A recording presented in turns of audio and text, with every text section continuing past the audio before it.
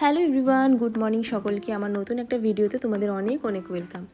আজকে যেহেতু রবিবার, তো আজকে ভাবলাম যে একটু ধাবা স্টাইলে চানা মশলা করা যাক। তো কালকে রাত্রে আমি চানাটাকে ভিজিয়ে রেখে দিয়েছি, সকালবেলা ভালো করে ধুয়ে প্রেশার কুকারে দিয়ে ওর মধ্যে 4টে কাঁচা লঙ্কা, হলুদ, নুন আর তেজপাতা দিয়ে আমি কিন্তু প্রেশারে বসিয়ে দিয়েছি। এরপরে আমি এদিকে কেটে রেখেছি একটা গোটা টমেটো, আদা রসুন পেস্ট, পেঁয়াজটা পেস্ট করে নিয়েছি, আর এটা পাকা লঙ্কা, তার মধ্যে ধনের গুঁড়ো, কাশ্মীরি লঙ্কার গুঁড়ো আর এখানে হলুদটা আছে। তো এবার কড়াইতে তেল দেব, দিয়ে ওর মধ্যে গোটা জিরে ও শুকনো লঙ্কা দিয়ে ভালো করে ভাজা ভাজা করব। তার মধ্যে দিয়ে দেবো আমি 2 চামচ পেঁয়াজের পেস্ট। পেঁয়াজের পেস্টটা দিয়ে ভালো করে কষানোর পর আমি ওর মধ্যে সামান্য একটু নুন অ্যাড করব।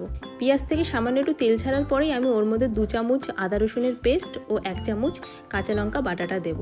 এরপর ভালো করে কষিয়ে ওর মধ্যে হলুদ গুঁড়ো, কাশ্মীরি লঙ্কার গুঁড়ো দিয়ে আরও ভালো করে কষাবো। ভালো করে কষানোর পরে আমি কেটে রাখা টমেটোটা দিয়ে ওর মধ্যে 2 চামচ মতন টক দই দিয়ে দেবো। এরপর 1 চামচ মতন ধনের গুঁড়ো দিয়ে ভালো করে কষিয়ে আমি ওর মধ্যে সিদ্ধ হয়ে যাওয়া চানাটা এবার পুরোটা দিয়ে দেবো। চানাটা দেওয়ার পরে আমি এটাকে কিন্তু 5 মিনিট মতন ভালোভাবে কষিয়ে নিয়েছিলাম। তারপরে দিয়েছিলাম আমি কিষানের টমেটো সস আর সানরাইজের চানা মশলা। তারপরে কিছুক্ষণ কষানো হয়ে যাওয়ার পর আমি এর মধ্যে সামান্য একটু ঘি আর সামান্য একটু চিনি অ্যাড করেছিলাম।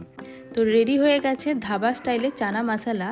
খেতে কিন্তু অসাধারণ হয়েছিল।